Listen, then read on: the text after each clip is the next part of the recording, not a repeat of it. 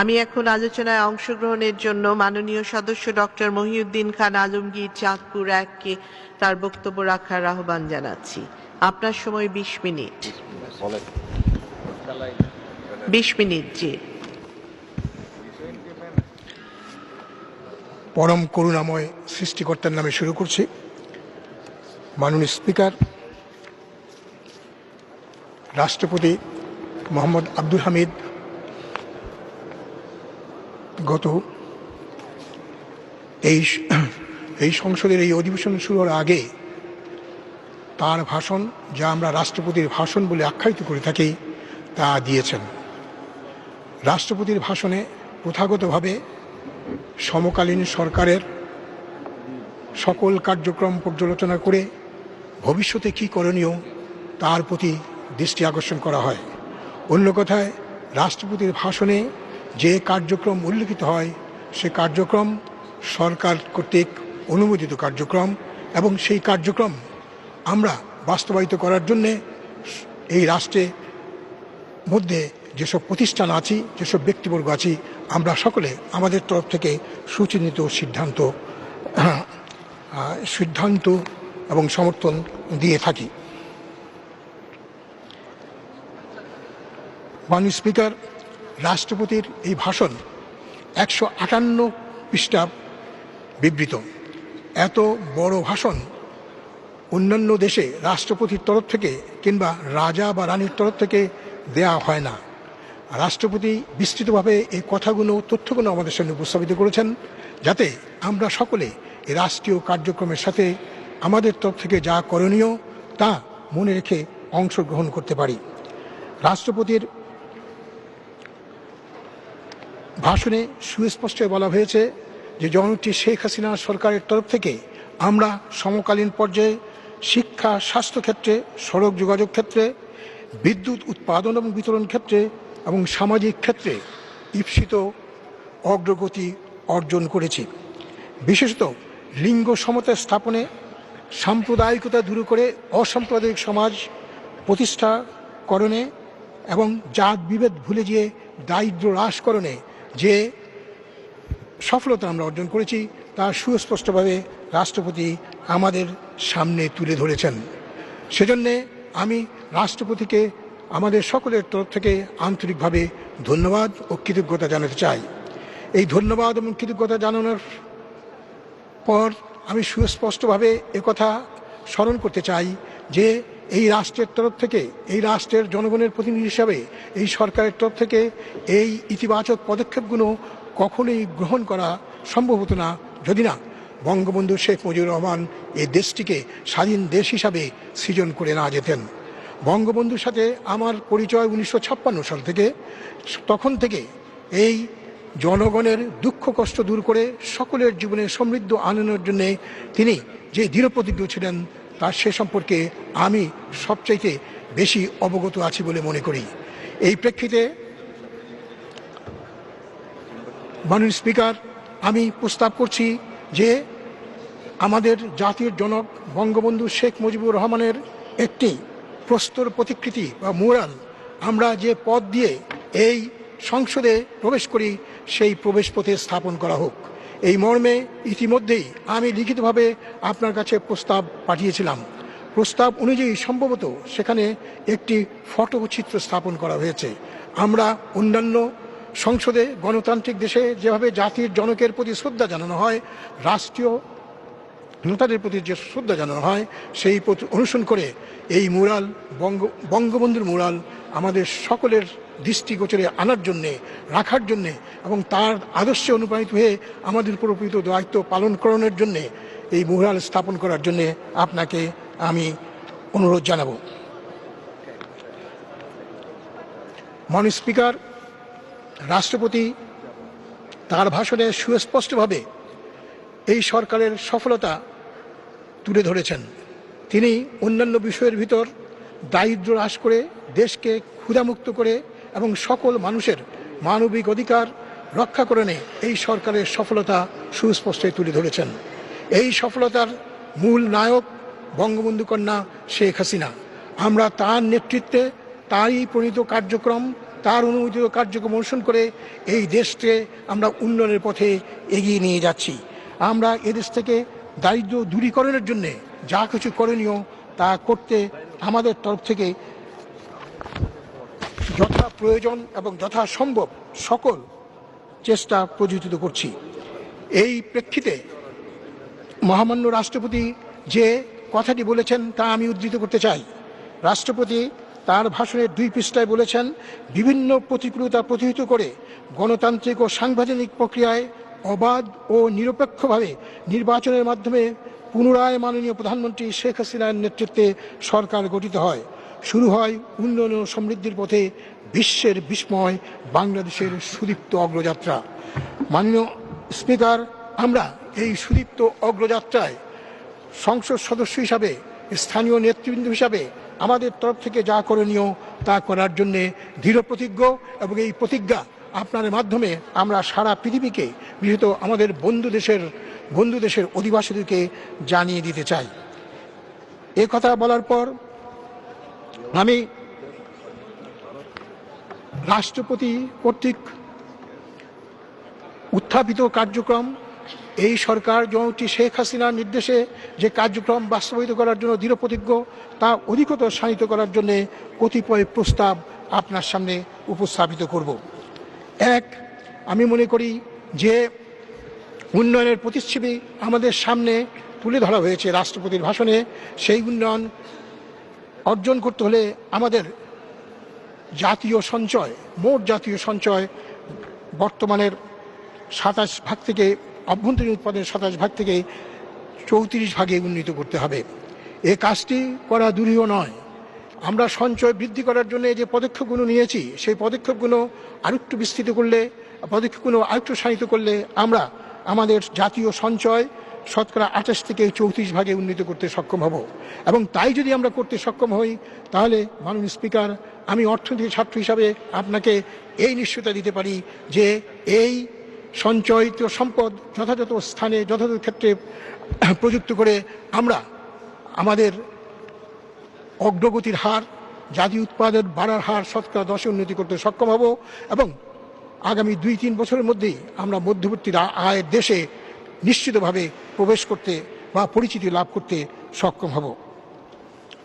2, মাননীয় স্পিকার, আমি মনে করি যে আমাদের বৈদেশিক মুদ্রা সংক্রান্ত যে বিনিময় হার আছে, এই বিনিময় হার সংশোধন করা দরকার। আমরা এই বিনিময় হার আমার বিবেচনায় যুক্তিসঙ্গত পর্যায়ে না রেখে একটু নিচে রেখেছি। আমি মনে করি আমাদের বিশ্ব বাণিজ্যে অংশগ্রহণ বিস্তৃত করতে হলে এই বিনিময় হার যথাযথভাবে আমাদের সংশোধন করতে হবে। এই লক্ষ্যে যত শীঘ্র অর্থ মন্ত্রণালয় এবং বাংলাদেশ ব্যাংক পদক্ষেপ নেন, তত তাড়াতাড়ি আমরা আমাদের বৈদেশিক বাণিজ্য প্রসারিত করতে সক্ষম হব। 3, মাননীয় স্পিকার, আমরা আমাদের রপ্তানি বাড়ানোর লক্ষ্যে ভর্তুকি দিয়ে আসছি। এই ভর্তুকির পরিমাণ অনেক আগে নির্ধারিত হয়েছিল। আমার বিবেচনায় এই ভর্তুকির হার আবার নতুন করে সংশোধন করা দরকার। আমরা নতুনভাবে যদি সংশোধন করি, ইতিমধ্যে অন্যান্য রাষ্ট্রের সাথে বাণিজ্যের ক্ষেত্রে আমাদের যে সম্পর্ক গড়ে হয়েছে, তার সব কিছু যদি বিবেচনা করি, তাহলে এই ভর্তুকির হার কমিয়ে আমাদের উন্নয়নের যাত্রা অব্যাহত রাখতে হবে। আমি একটি উদাহরণ দেব মাননীয় স্পিকার। যে ভর্তুকির হার এখন বিদ্যমান, সেই ভর্তুকির হার অনুযায়ী $1 দামের চামড়ার জুতো যদি আমরা বিদেশে রপ্তানি করি, তাহলে 22 টাকা ভর্তুকি পাই। আমি মনে করি এটা অযৌক্তিক। এত বেশি ভর্তুকি যেখানে দেওয়া প্রয়োজন নেই, সেখানে দেওয়া বন্ধ করতে হবে, এবং যেখানে এই ভর্তুকি বাড়ানো দরকার, সুসংগত দরকার, সেখানে তা বাড়াতে হবে। 4, মাননীয় স্পিকার, মুদ্রাস্ফীতি নিয়ন্ত্রণে রাখার জন্য এই সরকার জননেত্রী শেখ হাসিনার নেতৃত্বে দৃঢ় প্রতিজ্ঞ। আমরা সেই খালেদা জিয়ার সরকারের আপেক্ষিকতায় দেখেছি যে এখন বাংলাদেশে মুদ্রাস্ফীতি পূর্ণাঙ্গভাবে নিয়ন্ত্রণে আছে। এই নিয়ন্ত্রণ যাতে অব্যাহত থাকে, সেহেতু একটি বিষয়ের প্রতি আমাদের নজর দেওয়া দরকার, এবং এই বিষয়টি আমি আপনার সামনে উপস্থাপিত করতে চাই। আমাদের উন্নয়ন বাজেট বাজেট যে পরিমাণ অর্থ বরাদ্দ থাকে সেই বাজেটের শতকরা ৮০% যদি আমরা বাস্তবায়নক্ষম বলে মনে করি, তাহলে দেখব এই অঙ্ক আমরা ব্যাংক ব্যবস্থা থেকে আমাদের নাগরিকদেরকে এবং বিদেশ থেকে যে ঋণ গ্রহণ করি তার সমপরিমাণ। অন্য কথায় আমরা বস্তুগতভাবে ঘাটতি অর্থায়নের মাধ্যমে আমাদের উন্নয়ন প্রকল্প, অর্থাৎ রাষ্ট্রীয় উন্নয়ন প্রকল্প, যাকে আমরা বার্ষিক উন্নয়ন কর্মসূচি বলি, তাকে বাস্তবায়িত করে যাচ্ছি। আমি মনে করি এখানে দুর্বলতা বিদ্যমান। এই দুর্বলতা দূর করার জন্য আমাদের সঞ্চয় বাড়াতে হবে, এবং এই সঞ্চয় বাড়াতে হলে আমাদের পৌনপুনিক যে খরচ আছে, যে রাজস্ব ব্যয় আছে, সেই রাজস্ব ব্যয় যাতে বলগাহীনভাবে না বেড়ে যায় তার প্রতি দৃষ্টি দিতে হবে। মাননীয় স্পিকার, 6, আমরা আমাদের সঞ্চয়ের নিপুণ ব্যবহার করতে চাই। আমাদের জাতীয় সঞ্চয় ব্যাংক ও আর্থিক প্রতিষ্ঠান কর্তৃক যারা বিনিয়োগ করে তাদের অনুকূলে সঞ্চালিত হয়। এই প্রক্রিয়ায় যাতে নতুন উদ্যোক্তারা সবসময় সমর্থন পান তার নিশ্চয়তা আমাদের দিতে হবে। মার্কিন যুক্তরাষ্ট্রে স্টিভ জব কিংবা বিল গেটস সিলিকন ভ্যালি কেন্দ্রিক যে বিবর্তন এনে দিয়েছেন, যে বিবর্তনের ভিত্তিতে তারা উন্নয়নের পথে দ্রুতগতিতে এগিয়ে যাচ্ছে, তা সম্ভব হয়েছে এজন্যে যে নতুন উদ্যোক্তার অনুকূলে মার্কিন অর্থ ব্যবস্থা যথাসম্ভব দৃঢ়তার সাথে, সহানুভূতির সাথে এবং সংবেদনশীলতার সাথে অর্থ সঞ্চালন করে থাকে। আমার ধারণা সাম্প্রতিককালে এই ব্যবস্থায়, আর্থিক ও ব্যাংক ব্যবস্থার যে পর্যালোচনা চলছে, সেই পর্যালোচনায় এই প্রয়োজনটি যদি আমরা ভুলে যাই, তাহলে আমরা নতুন উদ্যোক্তার মাধ্যমে স্থায়ী অভাবে আমাদের যে বিনিয়োগ করা, যে মাত্রায় বিনিয়োগ করা প্রয়োজন এবং ইপ্সিত সে মাত্রায় বিনিয়োগ করতে সক্ষম হব না। এই প্রসঙ্গে আরেকটি বিষয়ের প্রতি আমাদের দৃষ্টি দিতে হবে। মাননীয় স্পিকার, আমরা বিদেশ থেকে এখন প্রায় 25 থেকে 28 বিলিয়ন ডলার পরিমাণ আমাদের শ্রমিক প্রেরিত অর্থ পেয়ে থাকি। এটা আমাদের রাষ্ট্রকে যথাযথভাবে পরিচালিত করার জন্যে সহায়ক শক্তি। কিন্তু এর সাথে সাথে আমিও বলতে চাই, যে কথা আমি গত বছরও বলেছিলাম, যে এই পরিমাণ টাকা, এই পরিমাণ অর্থ ডলার অবয়বে বা বিদেশি মুদ্রা অবাধে রূপান্তরক্ষম বিদেশি মুদ্রা অবয়বে যখন আসে, তখন বিদেশ থেকে যারা প্রত্যাগত হন তাদেরকে আমাদের সহায়তা করা দরকার। বিদেশে আজকে যারা কাজ করছেন, এ কথা আমাদের মনে রাখতে হবে, তারা নতুন প্রযুক্তির সাথে, যে প্রযুক্তি সম্ভবত আমাদের এখানে উপস্থিতি নাই, সেই প্রযুক্তি পরিচালনার ক্ষেত্রে তারা অভিজ্ঞতা অর্জন করেন। তারা ফিরে এসে এই প্রেরিত অর্থের বিনিময়ে আংশিকভাবে যদি নতুনতর প্রযুক্তিভিত্তিক শিল্প স্থাপন করেন, তাহলে আমরা মনে করব যে প্রযুক্তিকে ভিত্তি করে জননেত্রী শেখ হাসিনা এদেশকে সামনে এগিয়ে যাওয়ার পথ দেখিয়েছেন, সেই পথ আরও বিস্তৃত হবে। মাননীয় স্পিকার, 8, আমরা বিদ্যুৎ উৎপাদন ক্ষেত্রে এবং বিতরণ ক্ষেত্রে অভাবনীয় অগ্রগতি অর্জন করেছি। সর্বশেষ হিসাব অনুযায়ী দেখা গেছে যে দেশের প্রায় 96 ভাগ গ্রাম ইতিমধ্যে শহরের বাইরে বিদ্যুতায়িত হয়ে গেছে। এই বিদ্যুৎ আমাদের শিল্প স্থাপনে সহায়তা দিয়েছে, এই বিদ্যুৎ আমাদেরকে সেবা প্রসারিত করার জন্য সহায়তা দিয়েছে, আমাদের গবেষণা বিস্তৃত করার জন্য সহায়তা দিয়েছে। কিন্তু তার চেয়ে বড় কথা যেটি আমরা সাধারণত বলি না, সেই কথাটি আমি আপনার মাধ্যমে জাতির কাছে উপস্থাপিত করতে চাই। এই বিদ্যুৎ আমাদের আত্মবিশ্বাস বাড়িয়েছে সকল ক্ষেত্রে, সকল এলাকায়। আমরা কোনো কিছুই যে আমাদের উন্নয়নের পথে বাধা হয়ে দাঁড়াতে পারবে না, সেই বিশ্বাসী হয়ে এগিয়ে চলছি। এই আত্মবিশ্বাস আমি মনে করি বিদ্যুৎ উৎপাদন এবং বিতরণের ক্ষেত্রে সাম্প্রতিককালে জননেত্রী শেখ হাসিনার সরকারের তরফ থেকে যে পদক্ষেপ নেওয়া হয়েছে তার সবচাইতে বড় অবদান। এই আত্মবিশ্বাস নিয়ে যদি আমরা এগিয়ে যাই, তাহলে সারা দেশে আমরা উৎপাদনশীলতাকে নতুনতর প্রযুক্তির সাথে সম্মিলিত করে বাড়িয়ে নিতে সক্ষম হব। এই বিদ্যুৎ ক্ষেত্রে আরও 2টি বিষয়ের প্রতি আমাদের নজর দেওয়া প্রয়োজন বলে আমি মনে করি। প্রথম, আমাদের কয়লা ভিত্তিক উৎপাদন বাড়াতে হবে। আমাদের বড়পুকুরিয়ায়, জামালগঞ্জে প্রচুর কয়লা বিদ্যমান। আমাকে বলা হয়েছে জামালগঞ্জে এবং ফুলবাড়িতে যে কয়লা আছে, সে কয়লা অ্যান্থ্রাসাইট গুণগত সম্পন্ন, এবং এই কয়লা পার্শ্ববর্তী দেশে এটা পাওয়া যায় না।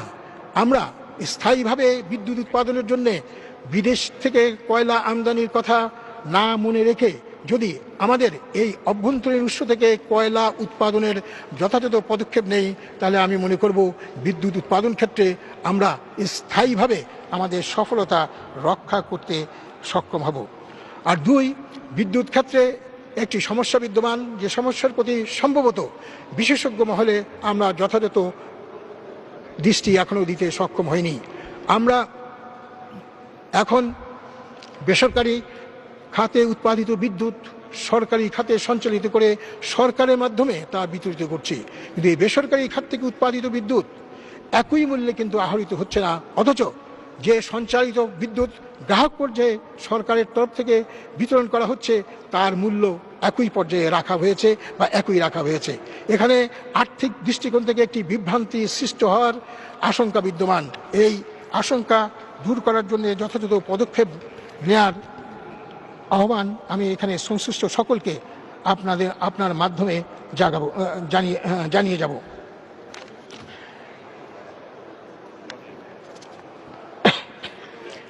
নয়, আমরা শিক্ষাক্ষেত্রে অভূতপূর্ব উন্নয়ন অর্জন করেছি। বাংলাদেশে প্রতি বর্গমাইল এলাকায় যত শিক্ষা প্রতিষ্ঠান আছে এত শিক্ষা প্রতিষ্ঠান পৃথিবীর কোনো দেশে নাই। অন্য কথায়, আমরা শিক্ষা সমুজ্জ্বল জাতি সৃষ্টি করার জন্য যে প্রাকৃতিক অবকাঠামো দরকার সেই অবকাঠামো ইতিমধ্যে সৃষ্টি করেছি। এখন প্রয়োজন উৎকর্ষ বাড়ানোর। এই উৎকর্ষ বাড়ানোর জন্য সুনির্দিষ্ট বাড়ানোর প্রয়োজন সম্পর্কে রাষ্ট্রপতি আমাদের দৃষ্টি আকর্ষণ করেছেন, কিন্তু আমি মনে করি আরও ক্ষিপ্রতার সাথে আরও অধিকতর চেতনাবোধের সাথে এক্ষেত্রে যথাযথ পদক্ষেপ আমাদের জীবনকে গৌরবোজ্জ্বল করবে, জাতিকে সমুজ্জ্বল প্রজন্ম উপহার দিতে সক্ষম হবে। স্বাস্থ্যক্ষেত্র অভূতপূর্ব উন্নতি হয়েছে। এখানে অবকাঠামোগত উন্নয়ন প্রায় বিস্তৃত। প্রতি 15,000 জনগণের জন্য একটি করে আমরা ক্লিনিক স্থাপন করতে সক্ষম হয়েছি, যা এশিয়ার অন্য কোনো দেশে নাই। কিন্তু এখানে এখন পর্যন্ত ব্যবস্থাপনাগত শৃঙ্খলা আমরা অর্জন করতে সক্ষম হইনি। আমি মনে করি এই স্বাস্থ্যক্ষেত্রে প্রশাসন অধিকতর নিপুণ করার জন্যে আমাদের এই প্রশাসনের দিকে অধিকতর মনোযোগ দেওয়া দরকার, যাতে এই স্বাস্থ্য ক্ষেত্রের সেবা আমরা যথাসম্ভব দ্রুততার সাথে এবং ফলপ্রসূতার সাথে আমাদের জনগণের কাছে পৌঁছে দিতে সক্ষম হই। এবং এক্ষেত্রে এই সক্ষমতা শিক্ষার সাথে আমাদের দেশে একটি স্বাস্থ্য শিক্ষা সমুজ্জ্বল জাতি গঠনের সবচেয়ে বড় কারণ হিসাবে কাজ করবে। স্বাস্থ্যক্ষেত্রে আরেকটি বিষয়ে আমাদের নজর নেওয়া দরকার। আমার বিবেচনায় ভারতের কেরালায় প্রতিটি নাগরিকের অনুকূলে যে স্বাস্থ্য সেবা সহজ এবং সুলভ মূল্যে লভ্য করা হয়েছে, তার আদল অনুসরণ করে আমাদের এখানেও স্বাস্থ্য বীমা প্রচলন করা আবশ্যক। এই স্বাস্থ্য বীমা যদি আমরা প্রচলন করতে পারি, তাহলে আমি নিশ্চয়ই পারবো যত তাড়াতাড়ি সম্ভব তা করে আমরা এই জাতিকে ওই স্বাস্থ্যের সমুজ্জ্বল জাতিতে রূপান্তরিত করতে সক্ষম হব, এবং এক্ষেত্রে সমাজের বা রাষ্ট্রের বা জনগণের অর্থের অধিকতর সুব্যবহার আমরা নিশ্চিত করতে সক্ষম হব। 10, মাননীয় স্পিকার, আপনি কি আমাকে সময় দেবেন কিছু? জি, কয় মিনিট? 5 মিনিট। জি। 10, আমাদের সংবিধান অনুযায়ী মহা হিসাব নিরীক্ষক ও নিয়ন্ত্রকের অফিস প্রতিষ্ঠিত। সেই অফিসের তরফ থেকে আমাদের বাজেট বাস্তবায়ন সম্পর্কিত প্রতিবেদন আমরা এই সংসদের তরফ থেকে অনুমোদন করে এসেছি, সংশোধন করে এসেছি। মাননীয় স্পিকার, স্বৈরতন্ত্রের আমলে এই ধরনের কোনো কাজ করা হয়নি। পাহাড় প্রমাণ জট সৃষ্টি হয়েছিল। যেসব প্রতিবেদন মহা হিসাব নিরীক্ষক ও নিয়ন্ত্রকের তরফ থেকে এসেছে তা শেষ করতে তারা সক্ষম হয়নি। আমি আনন্দের সাথে জানাচ্ছি, সন্তুষ্টির সাথে জানাচ্ছি যে এই কমিটির তরফ থেকে আমরা সমকালীন পর্যায়ে এই ধরনের প্রতিবেদনের উপর সিদ্ধান্ত গ্রহণের মাত্রা নিয়ে আসতে সক্ষম হয়েছি। সম্প্রতি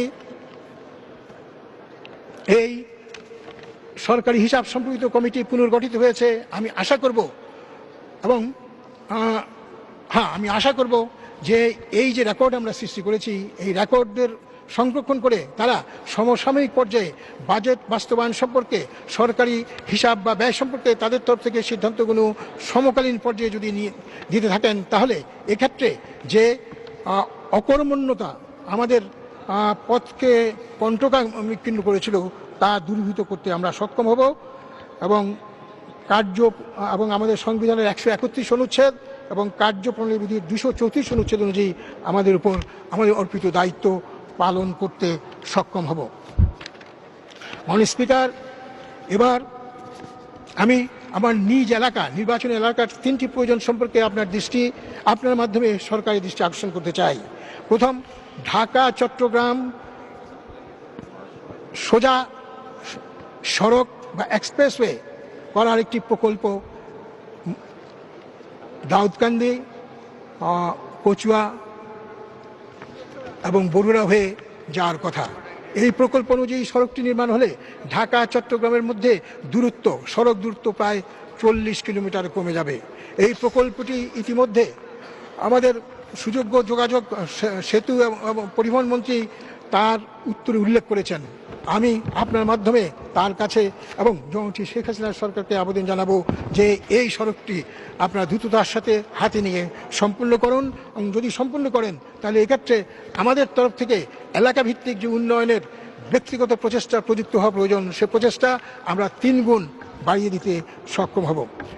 2, মাননীয় স্পিকার, কচুয়া থানা যা আমার নির্বাচনী এলাকা, সেখানে কোনো শিল্প এলাকা নাই। আমি ইতিমধ্যে আমাদের মাননীয় শিল্পমন্ত্রীর কাছে প্রস্তাব করেছি, তিনি যেন ক্ষুদ্র শিল্প কর্পোরেশনের মাধ্যমে সেখানে একটি শিল্প স্টেট বা এলাকা গড়ে তোলেন। তিনি আমাকে প্রতিশ্রুতি দিয়েছেন, সেভাবে এলাকা যদি গড়ে ওঠে তাহলে ঢাকা ও চট্টগ্রামের পথে আমাদের এই কচুয়াও এই দেশের শিল্প উৎপাদনে বিশিষ্ট ভূমিকা রাখতে সক্ষম হবে। 3, মাননীয় স্পিকার, কচুয়া, চান্দিনা, দাউদকান্দি এই 3টি থানাকে ভিত্তি করে এখানে প্লাবন রোধ করে সেচ প্রসারিত করে যে ফসল এখন উৎপাদিত হচ্ছে তা 2 গুণ করা সম্ভব। আমাদের এখানে হিসাব করে দেখেছি যে আমাদের ফসল নিবিড়তা এখনো 280-র নিচে আছে। এই প্রকল্পটির জন্য যথাযথভাবে জরিপ ইতিমধ্যে সম্পন্ন হয়েছে। সেই সম্পূর্ণিত জরিপের ভিত্তিতে এখানের একটি উন্নয়ন কার্যক্রম গ্রহণ করার জন্য আমি আপনার মাধ্যমে সরকারের কাছে প্রস্তাব রাখছি। মাননীয় স্পিকার, মহামান্য রাষ্ট্রপতি তার বক্তব্যের উপসাংহারে যে কথাটি বলেছেন, সে কথা বলে আমি আমার কথাগুলো শেষ করতে চাই। তিনি বলেছেন, উদ্ধৃতি চিহ্ন শুরু, 30 লক্ষ শহীদের রক্তের বিনিময়ে অর্জিত গৌরবোজ্জ্বল স্বাধীনতা, সমুন্নত ও মুক্তিযুদ্ধের চেতনা সমুজ্জ্বল রাখতে দেশ থেকে সন্ত্রাস, মাদক, দুর্নীতি ও জঙ্গিবাদ সম্পূর্ণরূপে নির্মূলের মাধ্যমে শোষণমুক্ত সমাজ প্রতিষ্ঠার লক্ষ্যে বঙ্গবন্ধুর স্বপ্নের সোনার বাংলা গড়ে তুলতে বাঙালি জাতিকে আরও ঐক্যবদ্ধ হয়ে কাজ করতে হবে। তিনি বলেছেন, 71-এর শহীদের কাছে আমাদের অপরিশুদ্ধ ঋণ রয়েছে। আসুন ধর্ম, বর্ণ, গোত্র নির্বিশেষে এবং দলমতের পার্থক্য ভুলে গিয়ে জাতির গণতান্ত্রিক অভিযাত্রা ও দেশের আর্থসামাজিক উন্নয়ন ত্বরান্বিত করার মধ্যে দিয়ে আমরা লাখো শহীদের রক্তের ঋণ পরিশোধ করি। মাননীয় স্পিকার, যে আহ্বান রাষ্ট্রপতি জানিয়েছেন, সে আহ্বান আমাদের প্রধানমন্ত্রী শেখ হাসিনারও। আমরা তার নেতৃত্বে ইতিমধ্যে যে সফলতা অর্জন করেছি, আমরা যে মাত্রায় দারিদ্র্য দূর করতে সক্ষম হয়েছি, আমরা যে মাত্রায় এই দেশের পরিস্থিতি সামনে তুলে ধরেছি, সে সকলের তুলনায় অধিকতর প্রচেষ্টা আমাদের স্ব কর্মবৃত্তে প্রযুক্ত করে আমরা জননেত্রী শেখ হাসিনাকে আমাদের এই সময়ের সবচেয়ে বড় নেতা, এশিয়ার এবং বিশ্বের অন্যতম নেতা হিসাবে স্বীকৃতি দিতে চাই। এ হবে আমাদের সকলের জন্য জয়ের পথ অনুসরণ করা, কল্যাণের পথ অনুসরণ করা, এবং এই প্রেক্ষিত এবং লক্ষ্যে মাননীয় স্পিকার, জয় বাংলা, জয় বঙ্গবন্ধু, অমর হোক আমার দেশ, বঙ্গবন্ধুর বাংলাদেশ, অমর হোক আমার দেশ, শেখ হাসিনার বাংলাদেশ। আপনাদের সকলকে ধন্যবাদ।